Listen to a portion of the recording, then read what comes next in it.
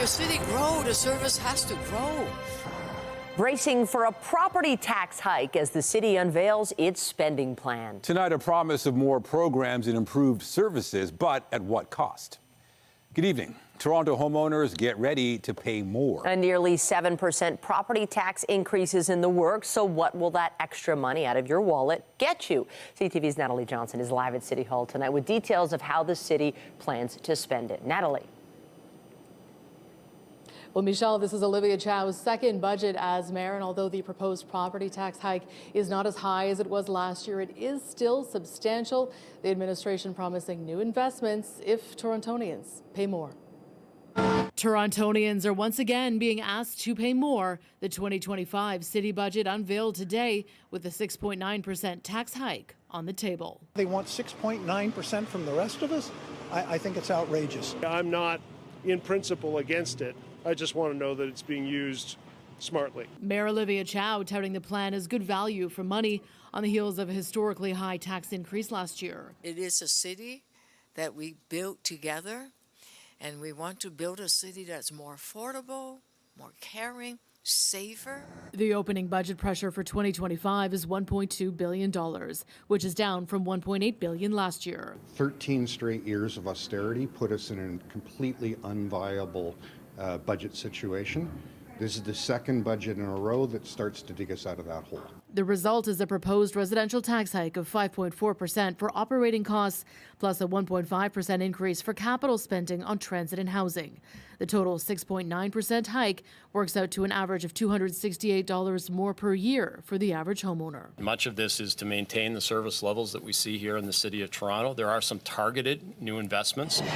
Those include a 5.8% increase in TTC service hours and a fare freeze, school food programs for 8,000 more students, and extended library hours, 100 traffic agents and 276 additional frontline police, paramedics, and firefighters, renter protections, housing initiatives, and more. This is our budget, all of our budget, and it reflects who we are and the future we hope to build together. But critics call the hike out of touch with affordability. To introduce a tax rate that is triple the rate of inflation, you couple that with last year's historic tax increase, you're now looking at 16.4% over 2 years. And I think if you go out and ask Torontonians if the services have improved by 16%, they're going to tell you absolutely not. Torontonians, I don't think, are going to be really happy because I don't think they felt the commensurate increase in services. Like, I don't think anyone's going around saying that, hey, Toronto's got so much better in the last 2 years. The mayor argues that paying more pays off. We need to make change happen for people today.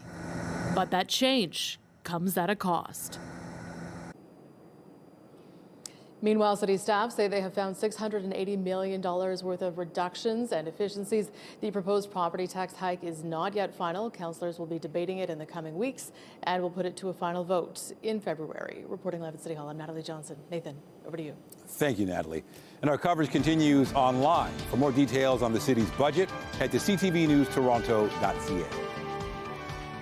A tragic scene early this morning on the QEW in Oakville. A 9-year-old boy was killed in a rollover crash. OPP say it happened in the westbound lanes near Bronte around 1 a.m. 3 people were inside the pickup truck at the time. The driver, a 38-year-old man, suffered serious injuries. The child was ejected from the vehicle and later died in hospital.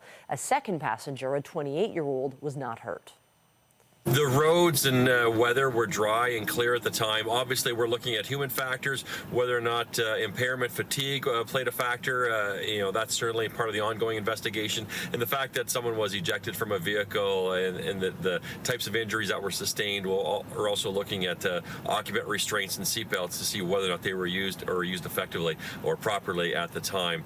The highway was closed for roughly 6 hours, but has since reopened. An investigation into the rollover is ongoing. One person was injured in a crash in Oshawa earlier today. 2 cars collided near Ritson Road and Oshawa Boulevard shortly after 11. Police say while one person in one of the cars was hurt, their injuries are not considered life-threatening.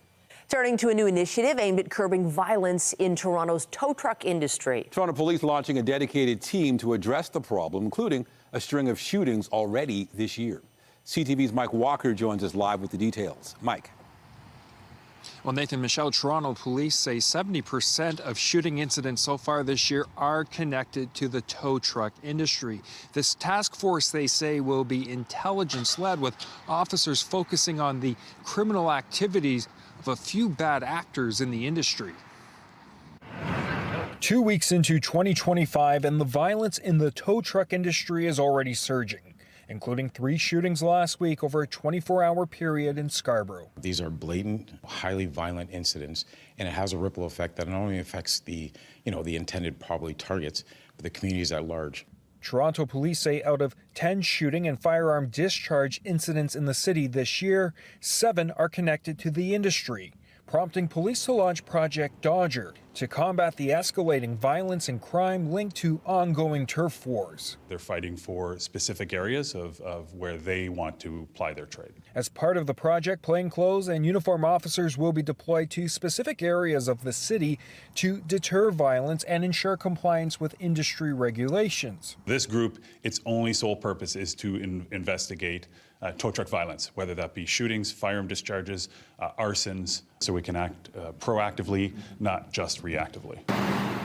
Industry experts say overcharging and insurance fraud by criminal organizations are leading to the violence. 2024 saw a rise in gun violence connected to the industry, with 63 shooting incidents, representing 13% of all shooting and firearm discharges in the city.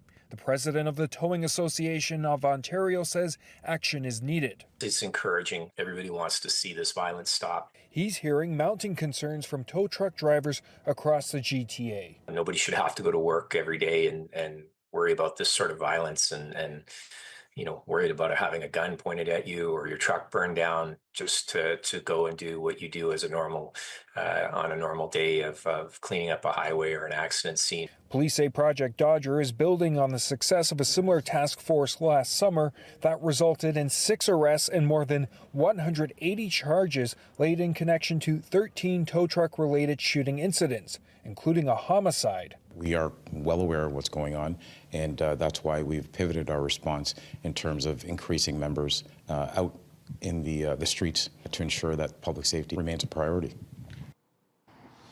As for the recent shooting incidents here in Scarborough, police tell us their investigation is ongoing and are yet to say if these incidents are connected. Reporting live, I'm Mike Walker. Michelle, back to you. Thank you, Mike. Also tonight, a high-ranking Toronto police officer temporarily demoted, found guilty of discreditable conduct and neglect of duty. We'll outline the decision in moments. We have more news in a moment, but first, here's a live look at the city this afternoon. We did have some mixed precipitation this morning, but overall, we did remain steady. However, cooler air is moving back in, so remember to bundle up. Lindsay Morrison's here with a look at the current conditions. Lindsay. Well, Nathan, that cold Arctic air is filtering back in after a relatively mild weekend. It is currently -3 degrees in Toronto. Factor in the winds, though, it feels like -10. Overnight tonight, our core temperature will be around -9 degrees.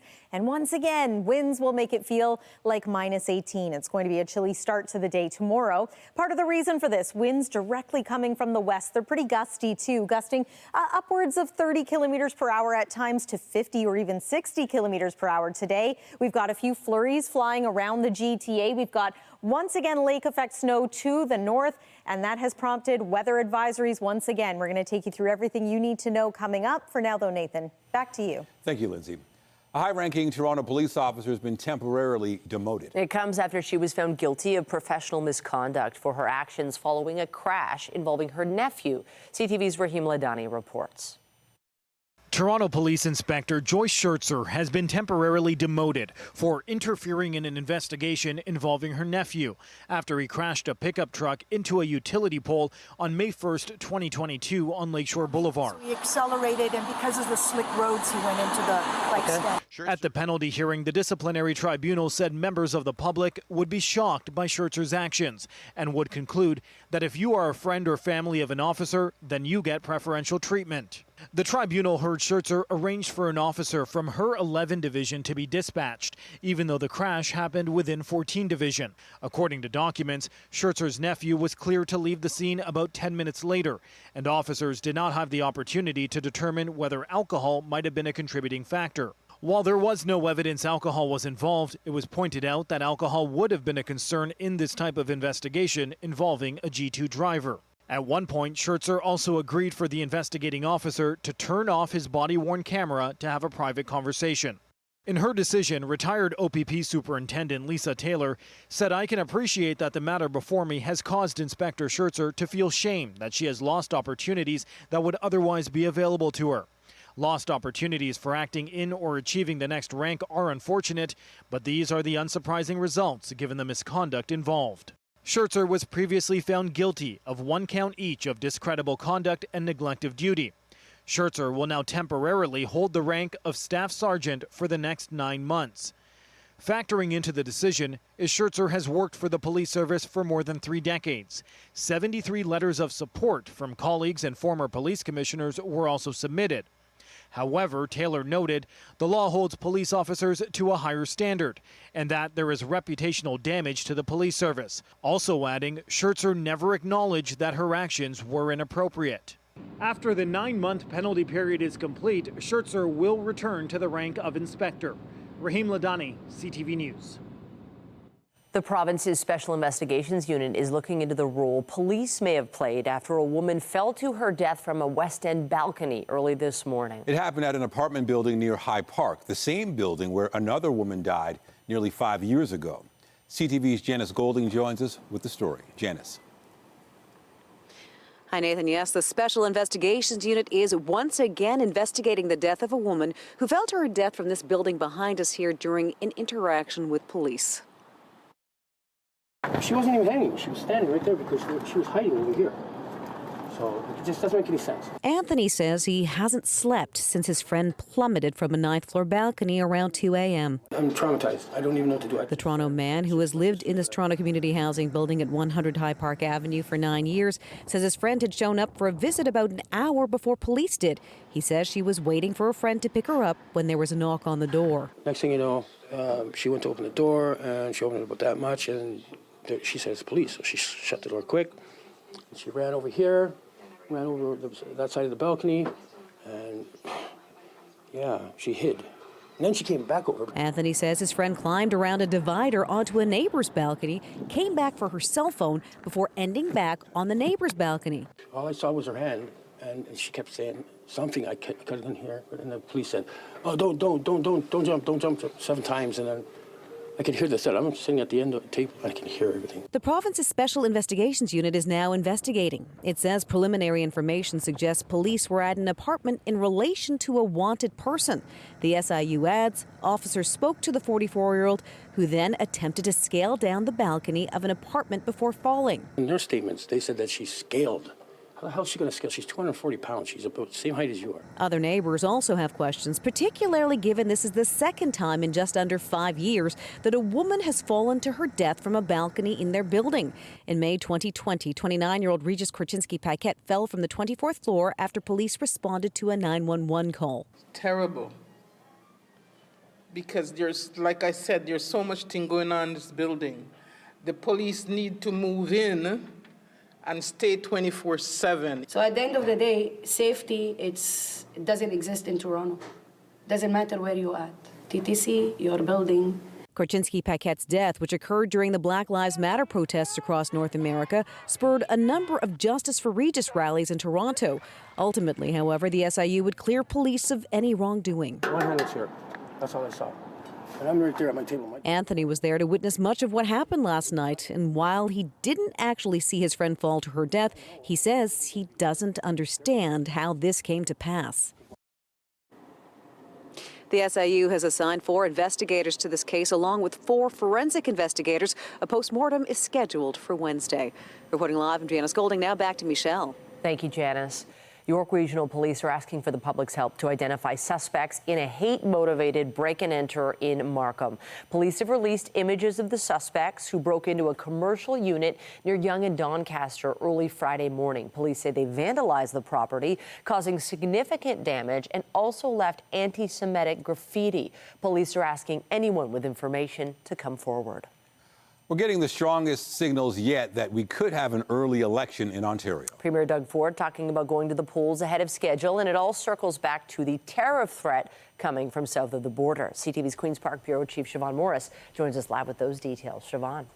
Well, there's no hard yes or no from Doug Ford yet, only a let's wait and see what happens. The opposition parties, though, say an early election wouldn't be justified and would be selfish. You've heard a lot of this sort of thing from the Premier lately. I'm going to fight with every tool I have in our toolbox to protect Ontario jobs. Tough talk in the face of potential tariffs from the incoming U.S. president. Doug Ford's been the country's most visible face, pushing back on that threat, fueling speculation of an early provincial election. Nothing's been decided. Let's see where the tariffs go. A new poll by Liaison Strategies of 1,200 Ontarians finds that among decided and leaning voters, 40% say they'd pick Doug Ford's Progressive Conservatives, 30% Bonnie Crombie's Liberals, and 21% would back Merritt Stiles and the NDP. While PCs are still way out in front, the gap between them and the Liberals has closed slightly. Now we're hearing so much early election speculation that people might actually start asking themselves, what is it that I want? Opposition leaders agree Trump's threat of 25% tariffs does need to be seen as a serious threat. Not as an excuse for an illegitimate early election call. While Crombie and Stiles say they'll be ready for an early vote. I think that's selfish, and there's no excuse for it. The Premier insists he doesn't have a mandate for a mass infusion of cash into the economy should the Trump tariffs take hold. I think if it comes to it, and we have to spend tens of billions of dollars, we go to the people. Let the people decide. It's their money. Flimsy justification as far as opposition leaders are concerned from a premier with a majority government. He didn't come seeking a mandate when he wanted to spend $1 billion to expedite the sale of booze and wine at the corner stores. He didn't come to seek a new mandate when he wanted to spend $2 billion at Ontario Place. Insisting the Premier should be more open to collaboration. It is your job to fight like hell for every single job in the province of Ontario.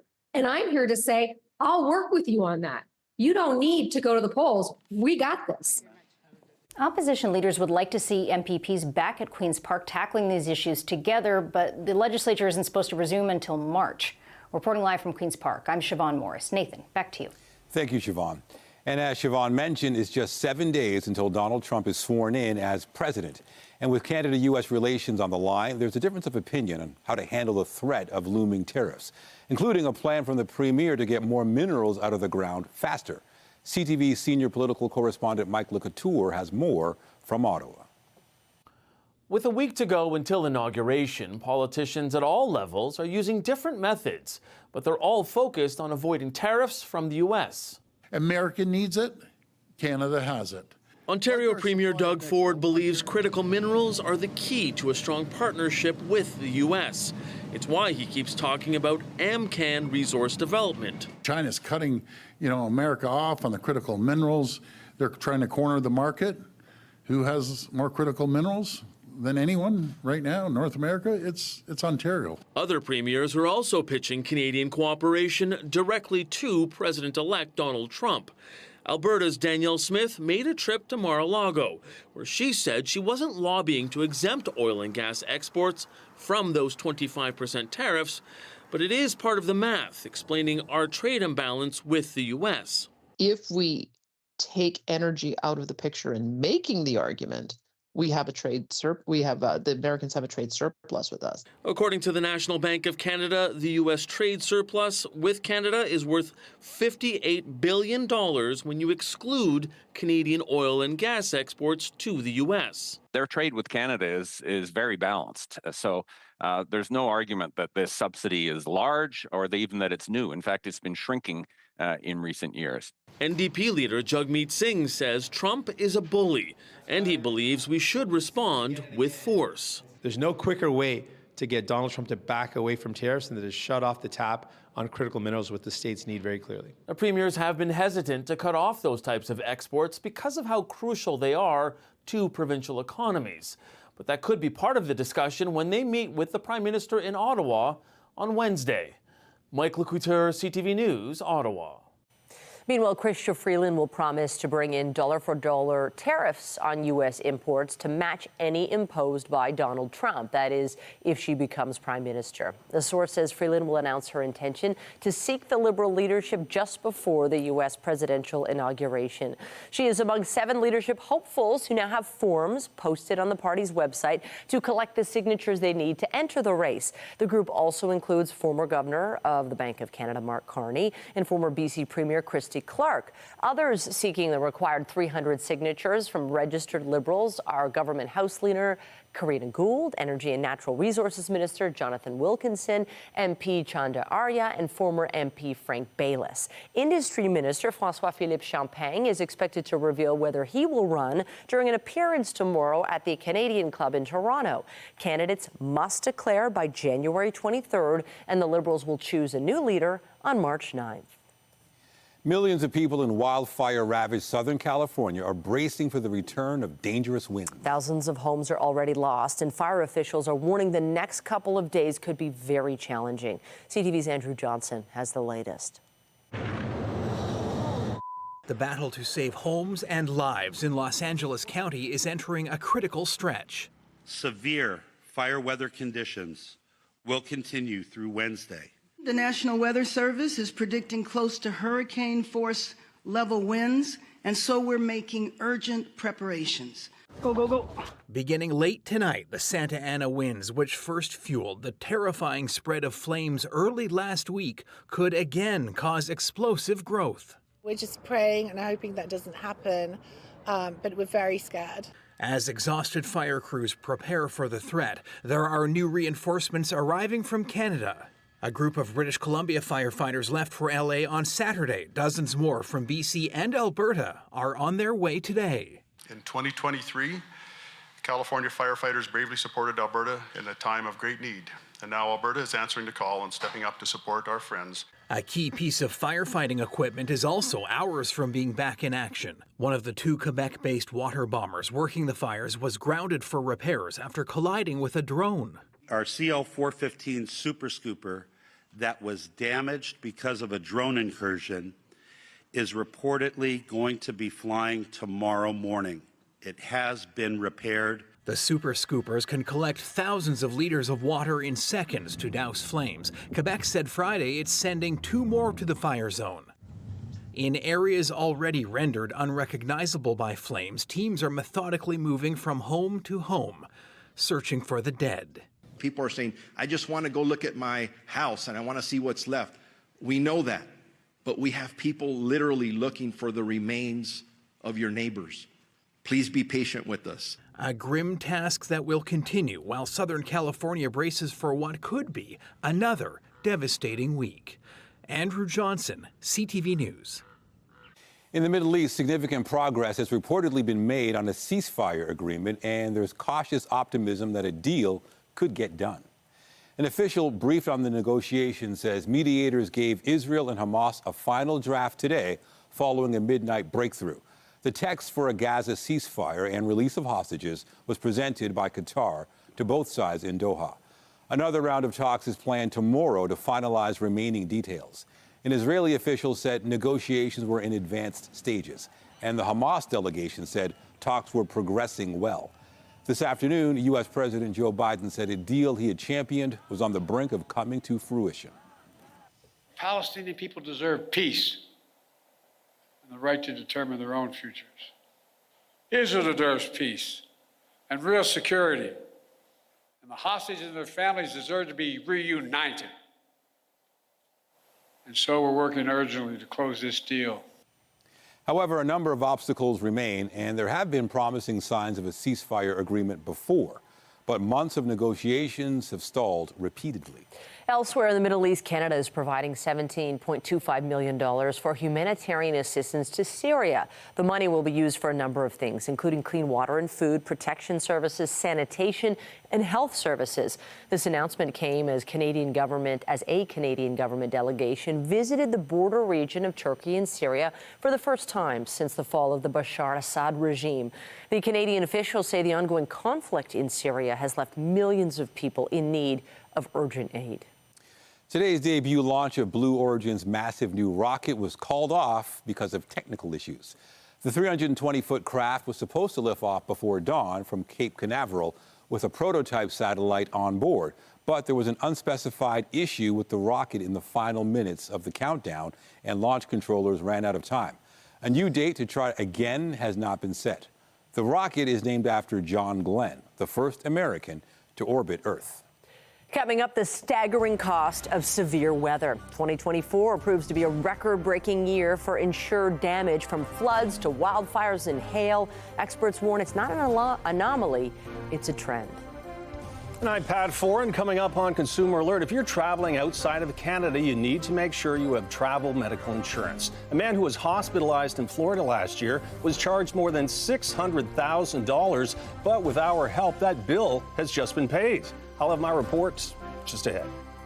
So we've been talking about how little ice there is on the Great Lakes, helping cause all of this lake effect snow. Last week's cold spell helped. We are now at 9.4% total ice cover, still below normal, but up from about 1% last week. Now, there is more cold weather on the way this week, and next, we're going to really feel it into this time next week. We'll have a full look at your forecast coming up after this break here on CTV News.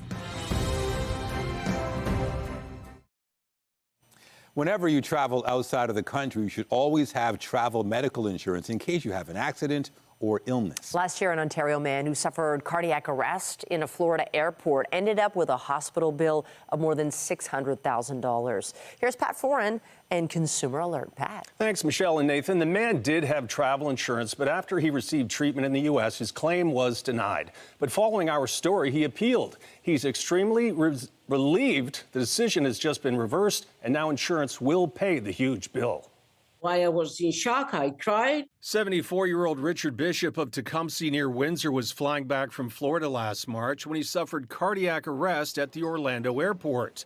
He collapsed, and it took 14 minutes of CPR to revive him. I had 10 broken ribs, and that I'm recovering. I'm moving now, and I'm good. The Bishops had group travel insurance. Richard was hospitalized, given a defibrillator, and they thought his bills were covered. I provided them with the phone numbers to our doctors. The hospital bill came to $620,000 Canadian. That's when the Bishops were told they were not covered due to Richard having pre-existing conditions related to his heart. They say, oh, we're not paying. The Bishops were insured with Green Shield, and at the time the company said it couldn't provide details due to privacy concerns. It was never, ever explained properly to him. Martin Firestone with Travel Secure agreed to review Bishop's case.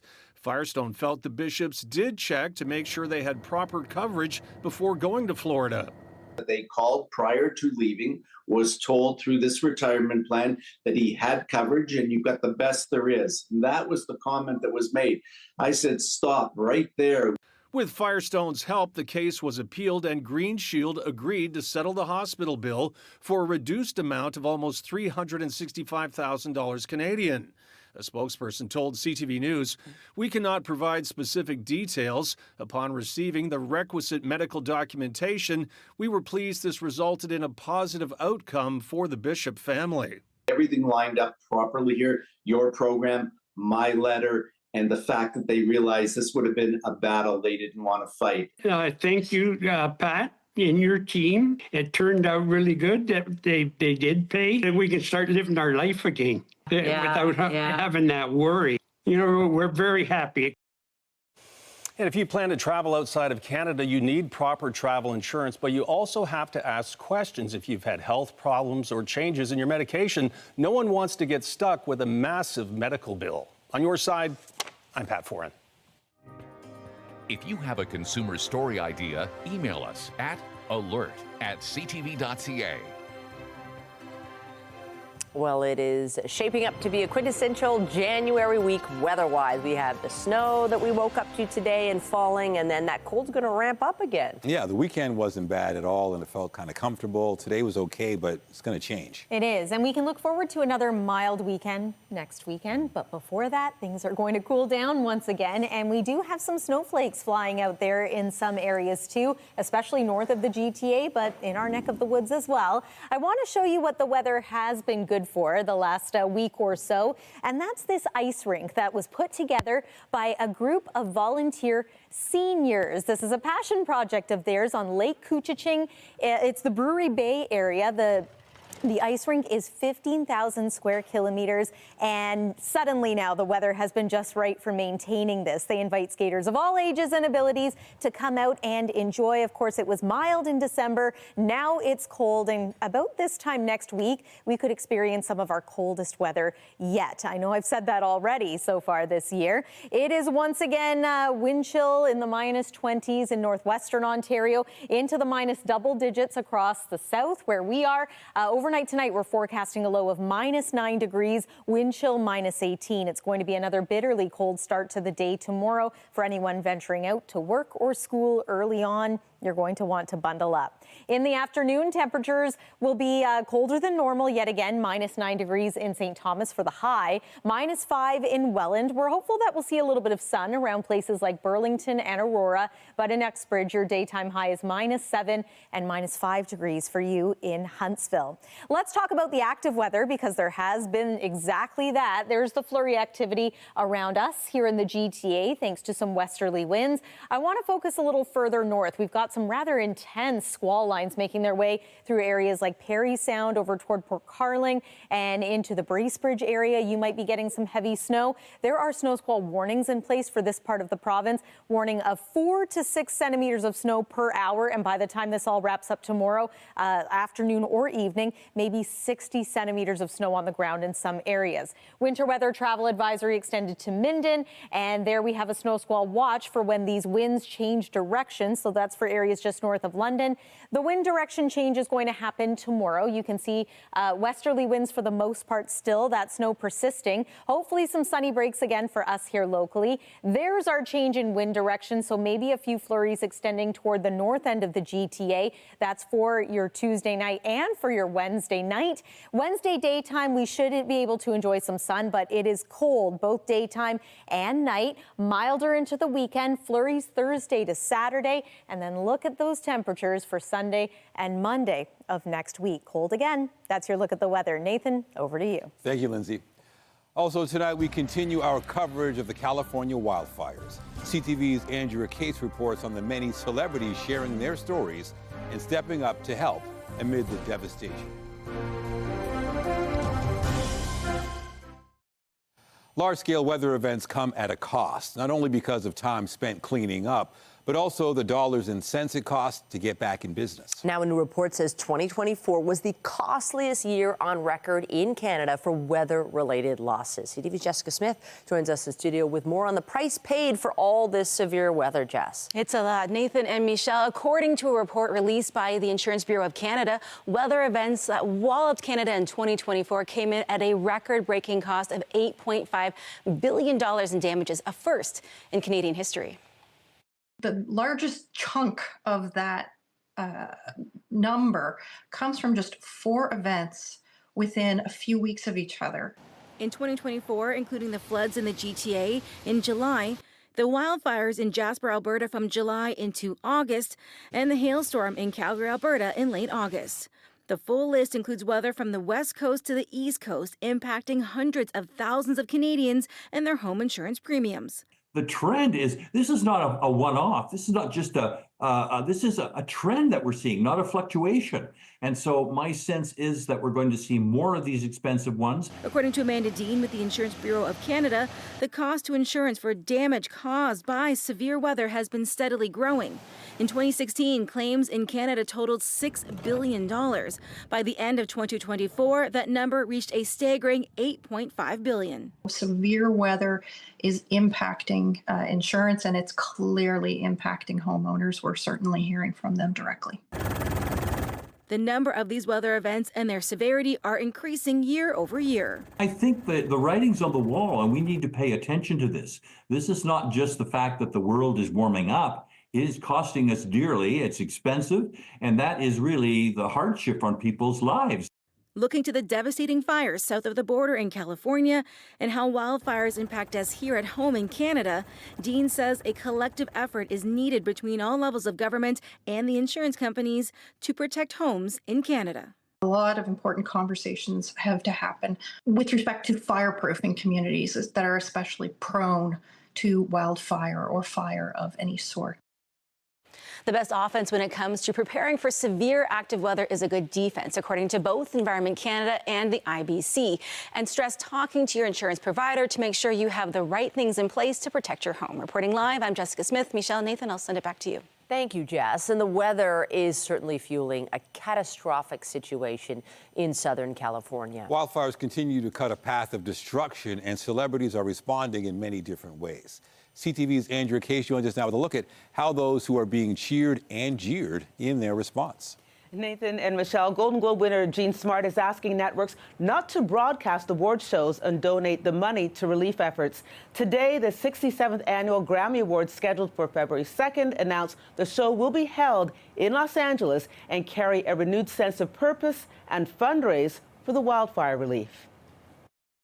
Help is needed in all forms in the battle to control the devastating wildfires burning in California. And it's not just firefighters coming to the rescue. Beyoncé donated $2.5 million to wildfire relief. Paris Hilton, who lost her beachfront home, has donated $100,000. Jamie Lee Curtis has also put her money where her mouth is, $1 million. But that mouth put her in some hot water this past weekend. Her house is still standing, but while promoting her film, The Last Showgirl, she compared the devastation in Pacific Palisades to that in Gaza, or a war-torn country. The Duke and Duchess of Sussex were some of the first we heard open their home to displaced friends and made a donation to World Central Kitchen and visited a relief center in Pasadena. But actor Justine Bateman was not impressed. On X, she called them ambulance chasers and disaster tourists. Meghan, whose new Netflix series, With Love Meghan, was set to debut on Wednesday, has asked the streaming service to delay the launch until March 4th so she can concentrate on wildfire relief. Disney has donated $15 million to a number of organizations. Paramount says it'll donate $1 million. The union, which represents actors, SAG-AFTRA, donated $1.6 million to fire relief.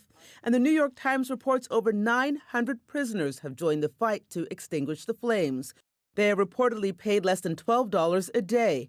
In August of last year, Kim Kardashian and family members posed with incarcerated volunteer firefighters at a training camp and is now lobbying the governor of California to pay them a decent wage. Her words are stirring up controversy as she reportedly hired private firefighters to save her home in 2018. For those who can afford it, private crews can cost upwards of $2,000 an hour. On X, millionaire investor Keith Wasserman asked for access to private firefighters to protect his home. He's taken down the post. Update, I'm watching our house burn down. Reality stars Spencer Pratt and Heidi Montag, who have lost everything, are now benefiting from the loss.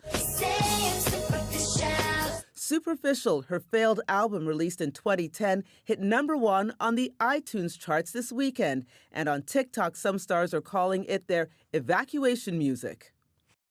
Well, nearly 30% of the country's film and television workers live in this part of California. Now, movie premieres have been canceled. Some award nominations have been delayed. The Oscar nominations have been delayed twice, and now they're set for Monday, January the 19th. Now, many studios have halted TV productions, and understandably, permits to film near evacuation zones have been canceled. Reporting for CTV News, I'm Andrea Case. Michelle, I'll send it back to you. Thank you, Andrea. And after the break, the power of a bad review. A cat cafe plans to close its doors over outcry on social media, why the manager says it's misinformed and prompting menacing phone calls. It's a city that we built together, and we want to build a city that's more affordable, caring, safer. Updating our top stories, a 6.9% tax increase is being proposed as the City of Toronto released its 2025 budget. It would include a property tax hike of 5.4% and a 1.5% increase for capital spending on transit and housing. Overall, that would mean an average of $268 more per year for the average homeowner. This group, its only sole purpose is to investigate tow truck violence, whether that be shootings, firearm discharges, arsons. Toronto police are launching a project to address violence in the tow truck industry. Officers will be deployed to specific areas to deter violence and ensure compliance with industry regulations. 7 out of 10 shooting and firearm discharge incidents so far this year are connected to the industry. Toronto Police Inspector Joyce Schertzer has been temporarily demoted for interfering in an investigation involving her nephew. He crashed a pickup truck into a utility pole in May of 2022. A tribunal heard Schertzer arranged for an officer from her 11 division to be dispatched, even though the crash happened in 14 division. Remember to keep up to date day and night at ctvnewstoronto.ca and by downloading the CTV News app. On the markets, the Canadian dollar changed hands at 69.44 cents U.S., up 0.14 of a cent. Oil closed at $63.36, up $2.44. And the TSX Composite Index ended at 24,536.32, down just under 231 points. The Business Report is brought to you by Canadian Western Bank, the bank built for business. As of today, it costs more to send mail by Canada Post. The price of a stamp bought in a booklet or coil is increasing by 25 cents to $1.24 each. The price hike was announced prior to the postal worker strike that disrupted mail before the holidays. The Crown Corporation says this will bring in an extra $80 million this year, but that is still well shy of the $3 billion it lost between 2018 and 2023. Did a bad review lead to the closure of a business that caters to cat-loving customers? The operator of a downtown cafe says so, citing one social media post that had the power to shut them down. CTV's Beth McDonnell explains. It's a refuge for cats and cat lovers. The Lazy Cat Cafe is a place people can adopt a rescued cat or book an hour-long session to play and cuddle in the heart of the city. Having a place like this around in downtown area, I would say it's really helped me mentally. But after 6 months on Queen Street West, the cafe says a recently misinformed social media post that went viral, receiving tens of thousands of views, has led to the decision to close. We are feeling helpless, honestly. This manager, too afraid to show her face, says since the video, the cafe has been flooded with more negative online reviews and is receiving menacing phone calls. We came to this point where we're scared of picking up the call. I don't know if it's a real actual customer that is asking for assistance, or if it's someone pretending to be the police trying to get information out of us. In the video that appears to have been taken down, the customer called the cafe's environment deeply upsetting, saying they've never seen a more obviously sick group of animals, and talked about a cat foaming at the mouth. The cafe says that cat received a medication which caused it to salivate, has since recovered and been adopted. The bad review now pushing it out of business, the manager adding how expensive it is to operate with rent and utility bills over $15,000 a month, while the cats who end up here are initially sick and need care. In the 6 months that we were here, we were able to help almost 100 cats find new homes and provide care and treatment for them, and that is something we will always be proud of. The cafe says it's cleared all inspections by Animal Services and no one has followed up on the video's claims. Still, it plans to shut down in May. I was actually hoping when I move out I could adopt a cat from them. So yeah, that makes it sad. Catching customers off guard, hoping the cafe finds a way to stay open. Beth McDonnell, CTV News. To sports, the Toronto Raptors look to end a 5-game losing streak tonight. Screen set, attacking. Shot, good, soft touch. Toronto will host Golden State after dropping their last game 123-114 to Detroit on Saturday. The Raptors are 8-31 this season, while the Warriors are sitting at 500 with 19 wins and 19 losses. It's one of 6 games in the NBA tonight. To the soccer pitch, Canada's women's soccer team has a new coach. Casey Stoney is a former England captain and was NWSL's Coach of the Year in 2022 with the San Diego Wave. The 6th-ranked Canadians have been without a permanent coach since Bev Priestman was sent home from the Paris Olympics in the fallout from that drone spying scandal. A brazen style of bank robbery is ramping up across the country. The branch head significant damage, and an ATM have been taken from the site. The extraordinary new tactics thieves are using to walk away with thousands in cash. Later on CTV National News. Finally, tonight is being called the world's largest religious gathering. Millions of Hindu devotees flocked to a city in northern India today to begin a massive festival. Over the next 6 weeks, pilgrims will gather where 3 sacred rivers meet to take part in elaborate rituals. They hope it begins a journey to achieve Hindu philosophy's ultimate goal, the release from the cycle of rebirth. The faithful believe a dip in the water will cleanse them of their past sins and end their process of reincarnation, particularly on auspicious days. Officials expect at least 400 million people over the next 45 days. Lindsay. So we've got some snow falling in parts of the GTA right now, and our temperature is starting to fall. Here's one more look at the current conditions. -4 degrees, feeling like -10 overnight tonight. We're forecasting a low of -9. These flurries shouldn't amount to much. And then tomorrow, our daytime high is around -5 degrees. So it's a cold day, hopefully some peaks of sun. 7-day forecast looks like this, even colder as we make our way overnight and into Wednesday. Flurries starting for Thursday, continuing into the weekend. Coldest air looks to arrive Sunday and Monday. Nathan and Michelle. Thank you, Lindsay. That's it for us, but you can join Omar Sachedina tonight at 11 for CTV National News, followed by Zoraida Allman with your next local newscast at 11:30. In the meantime, our coverage continues anytime on CP24 and at ctvnewstoronto.ca. For Lindsay Morrison and all of us here at CTV News, thanks for watching and have a great night.